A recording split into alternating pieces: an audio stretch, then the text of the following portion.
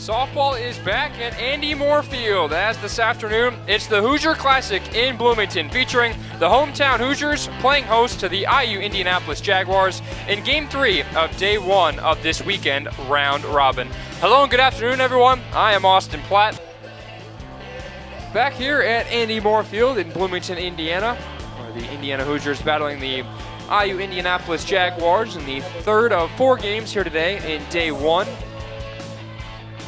Look at the all-time innings, not a ton of them, but Indiana has won 5 of 6. They've been pretty lopsided when the Hoosiers have won. You look at those scores from the past 2 years, Joe, Indiana has dominated. Yeah, I mean, they've dominated those games. They've dominated the series, really. I mean, there's been very little competition from the Jaguars, and it's been really just the series has been all Indiana's, and it's looking like it's going to stay that way so far if the first few innings have been any indication.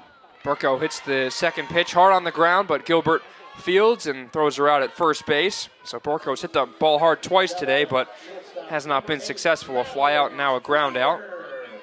Dickerson's done a nice job at least quieting this Indiana offense down a little bit. Giving up just 1 run. She's gotten all 7 outs so far. And back to Madeline Strader, shortstop. First pitch in there for a strike. And this is where you really got to be careful. Make sure the Jaguars are. I mean, we've said in Madeline Strader, she's leads the team in batting average. She's got 19 hits on the year. Only brought in 5 RBI, but she's looking to change that at some point during this weekend. But she's one of the most dangerous hitters. I say that one of the most dangerous hitters. They've got so many of them, but it's tough to rank them. Yeah, it really is. Down 0-2 against Dickerson. Strader takes a pitch upstairs. The shortstop was one of the few positions we knew there would be a different starter in. Brooke Benson graduated, had a phenomenal career at IU. Was the leadoff hitter for a while. Then she was actually the 9 hitter for the last few seasons. But Strader has done just seamless has been the word we use so far with some of these new players, and Strader has just filled in those pretty big shoes quite nicely. Even though she flew out in her first at-bat. Wonder how many times we're going to use that before the end of the broadcast. How many times we use that word that's a swing and a miss. Strader goes down swinging. Dickerson picks up her first strikeout of the afternoon. And now it's Alex Cooper back to the plate.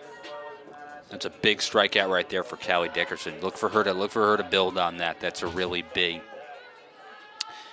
I think, first K for her. I mean, you mentioned she's only given up 1 run. Is that one?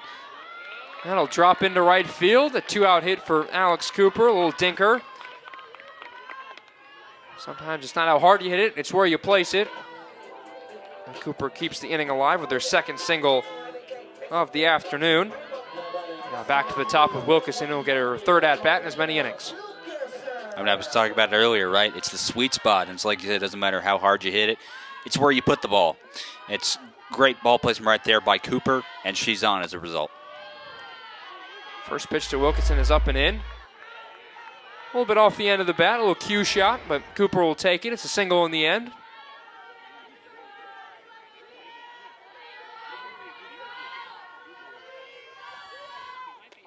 Wilkinson, a big, heavy cut and a miss. Nice pitch right there by Dickerson. Big swing and a miss by Wilkinson.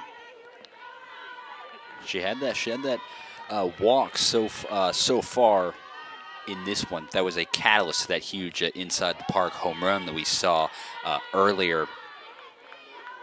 But Wilkinson, her only stat so far on the board is the aforementioned walk.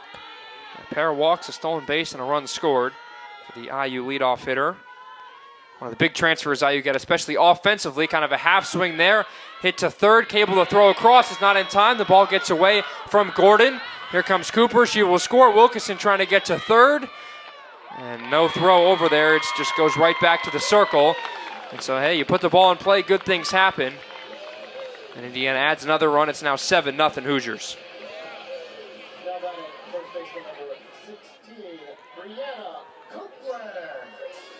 I mean, that's the story, right? for this entire Indiana offense. When you put the ball in the play, good things happen. No surprises there. So back up steps Copeland. A healthy cut for her in the first swing. Shauna Stanton telling her to calm it down a little bit. A hard hit ball to third. A tough throw across. And Gordon trying to make the stretch over at first. Couldn't hold on to the ball. The ball kind of rolls all the way down the right field line. With Indiana's speed, they're going to take the extra bases. I think that was just maybe a bit of a combination of bad luck, if you will, right there for the Jaguars. Tough play to make. Not the greatest throw. Couldn't leap up and grab it and just kind of goes over the head, back towards that wall, and just takes a while to gather it. And then before you know it, another run comes across the plate for the Hoosiers. They give Wilkeson a single, and then she advances on an E5. So Cooper comes around to score. That run will not be charged to Callie Dickerson. Copeland awaiting on the 1-2. Just a little bit high and outside, and now it's 2-2. In that 22-0 win we talked about last weekend, Copeland tied 3 single-game program records, 5 hits, 7 RBIs, and 4 runs scored. Just the third player in program history to have 5 hits in the game, the first time since 1986. And she stays alive there. So that has been, what, nearly 40 years? Yeah. 39 years? Good math. Good math. Trying to do it quickly on my feet. But that is just, those are some ridiculous numbers, some ridiculous statistics, excuse me. And it shows why Brianna Copeland is, I say every time I want to say one of the best hitters on this team. I feel like I'm leaving everybody else out as she'll foul that one off into the stands. Kind of where we are. A little bit to our right, a souvenir for somebody. Count remains 2-2 with 2 outs here in the bottom of the third. Indiana with 5 in the first. They've added runs in the second and the third. Dickerson against Copeland. 2-2. Dickerson wins it. Throw over to first to complete the strikeout and complete the third inning. Indiana gets another run. Cooper comes around to score for the second time.